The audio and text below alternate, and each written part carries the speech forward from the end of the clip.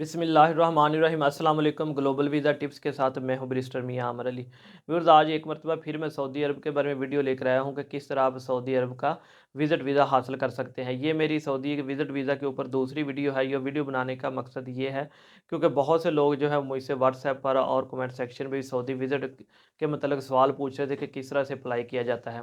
तो मैंने पहली वीडियो में ज़्यादा तफसील से तो नहीं बताया था, तो इस वजह से मैंने सोचा कि मैं आपके लिए एक और वीडियो बनाऊँ जिसमें मैं आपको स्टेप बाय स्टेप तफसील से बताऊँ कि किस तरह से आप सऊदीया का विज़िट वीज़ा हासिल कर सकते हैं। तो आज की इस वीडियो में मैं आपको 4 स्टेप बताऊँगा कि किन 4 स्टेप को आपने करने हैं, और चौथा स्टेप जब आपका कंप्लीट होगा तो आपका जो वीज़ा है वो आपके हाथ में होगा। तो इस वीडियो में हम डिस्कस करेंगे कि उसकी फ़ीस कितनी है, प्रोसेसिंग टाइम कितना है, और अप्लाई करने का मुकम्मल तरीका मैं आपको बताऊँगा। लेकिन उससे पहले मेरी आपसे एक रिक्वेस्ट है कि अगर आप इमिग्रेशन से मतलब ट्रैवल से मतलब या फिर वीज़ा से मतलब लेटेस्ट अपडेट हासिल करना चाहते हैं तो मेरे इस चैनल को ज़रूर सब्सक्राइब करें। साथ में बेल आइकन के बटन को भी क्लिक करें ताकि ये आने वाली सारी लेटेस्ट इंफॉर्मेशन आप तक पहुंच सके। तो चलिए स्टार्ट करते हैं वीडियो को। तो जैसा कि मैंने बताया कि मैं इस वीडियो में सिर्फ आपको 4 स्टेप बताऊंगा, किन 4 स्टेप को आप करते हुए जो है वो सऊदी अरब का विज़िट वीज़ा हासिल कर सकते हैं। सऊदीया का विज़िट वीज़ा के 2 सेक्शन हैं, एक तो है अब फैमिली विज़िट और एक है पर्सनल विज़िट, ठीक है? तो मैं दोनों के मतलब आपको बताऊँगा कि फैमिली विज़िट क्या है और पर्सनल विज़िट क्या है। तो सबसे पहले जो स्टेप है वो ये है कि आपने फ़ॉरेन अफेयर की वेबसाइट पर जाना है, तो और वहाँ से आपने जाके ये है वीज़ा अप्लाई करना है। अगर आप खुद को आपको अप्लाई नहीं करना आता तो आप किसी भी कंप्यूटर शॉप पे जाके या किसी के पास जाके ये कह सकते हैं, बहुत ईज़ी और सिंपल स्टेप है। तो वो आपको जो है वो आपके बिहाफ़ पे अप्लाई कर देंगे। तो ये आपका पहला स्टेप जो है वो कंप्लीट हो गया। अब आ जाता है आपका दूसरा स्टेप। दूसरे स्टेप में क्या है कि अगर आपका कोई कफ़ील है या फिर आप किसी कंपनी में जॉब करते हैं, फिर उनका काम आगे शुरू हो जाता है। उन्होंने आपकी वहाँ से अप्रूवल निकाल के देनी होती है। आपने उनको बताना होता है कि इस तरह से मैंने वीज़ा अप्लाई किया, उसके बाद फिर उन्होंने जो है वहाँ से अप्रूवल निकाल के देनी होती है। अच्छा, अब जो मैंने पहले शुरू में बात की थी, एक फैमिली विज़िट है और एक है पर्सनल विज़िट। इन दोनों में फ़र्क ये है कि जो फैमिली विज़िट है उसके लिए जो सऊदी है, जो वहाँ का सऊदी है, वो भी आपको अप्रूवल निकाल के दे सकता है, और दूसरा जिस फैक्ट्री में आप काम करते हैं, चाहे वो किसी फ़ॉरेनर की है, वो भी आपको जो है वो इसके लिए अप्रूवल निकाल के दे सकता है। लेकिन जो पर्सनल विज़िट है वो सिर्फ़ और सिर्फ़ सऊदी ही आपको निकलवा के दे सकता है, वो कोई दूसरा आपको नहीं दे सकता। अब पर्सनल विज़िट क्या है वो मैं बताता हूँ। अगर तो आप फैमिली के लिए अप्लाई कर रहे हैं, ठीक है, वो तो एक हो गया सेपरेट चीज़। लेकिन पर्सनल विज़िट ऐसा है कि आप किसी भाई-बहन या किसी रिश्तेदार को जो है वो विज़िट वीज़ा पे सऊदीया बुलाना चाह रहे हैं, तो फिर आप उस सऊदी से कहेंगे या अपने कफ़ील से कहेंगे कि वो आपकी अप्रूवल निकाल के दे। तो इस तरह से आपके ये 2 स्टेप कंप्लीट हो जाएँगे। अच्छा, उसकी जो अप्रूवल की फ़ीस है वो तकरीबन 35 से 40 रियाल है। वो ज़्यादा नहीं है और बहुत ही सिंपल और बेसिक स्टेप है, कोई ज़्यादा इतना बर्डन भी नहीं है, कोई ज़्यादा इतना हार्ड भी नहीं है। तो ये 2 स्टेप आपके कंप्लीट हो गए।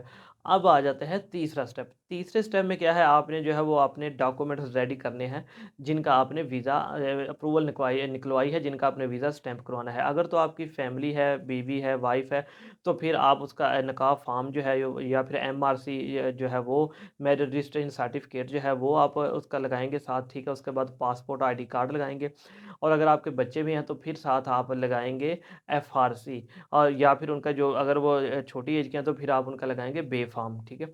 लेकिन अगर आपका कोई रिश्तेदार है या फैमिली का दूसरा कोई मेंबर है तो फिर उसके लिए आपको है वो एफआरसी साथ लगाना पड़ेगा। तो ये थे अपने 3 स्टेप हो गए, ठीक है? अब ये तीस अब इस आपने क्या करना है, इन डॉक्यूमेंट को आपने वेरीफ़ाई भी कराना है, ठीक है? इनको आप ऑफ़िस भेजेंगे और वहाँ से आप वेरीफ़ाई करा देंगे, और आप इसको टीसीएस के ज़रिए भी भेज सकते हैं और वहाँ से वेरीफ़ाई होके आपके पास ये वापस आ जाएँगे। उसकी कोई ज़्यादा फ़ीस नहीं है, बहुत सी मामूली सी फ़ीस है। वेरिफ़िकेशन की 2-3 हज़ार में भी प एक डॉक्यूमेंट जो है वो वेरिफ़िकेशन हो जाएगा। जितने भी आपके डॉक्यूमेंट है उस हिसाब से आप इसे मल्टीप्लाई कर सकते हैं। तो इस तरह से ये आपके डॉक्यूमेंट भी आपके उनके वेरिफ़ाइड हो गए।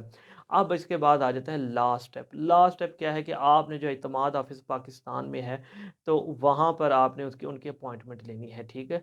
अपॉइंटमेंट जिस जिस भी डेट की आपको मिले, आपने वहाँ पर जिनका भी आपने उनको आपने अप्रूवल निकलवाई है, जिनको आपने बुलाना है विज़िट वीज़ा पे, वो खुद वहाँ पर जाएँगे एतमाद ऑफ़िस। उनका खुद जाना लाज़मी है कि उनकी वहाँ पर बायोमेट्रिक होगी। तो बायोमेट्रिक जब हो जाएगी, वो डॉक्यूमेंट्स ये सारे अपने पास रख लेंगे, उसके बाद उसकी वेरिफ़िकेशन करेंगे, अप्रूवल देखेंगे और आपको जो है वो वीज़ा ग्रांट कर देंगे।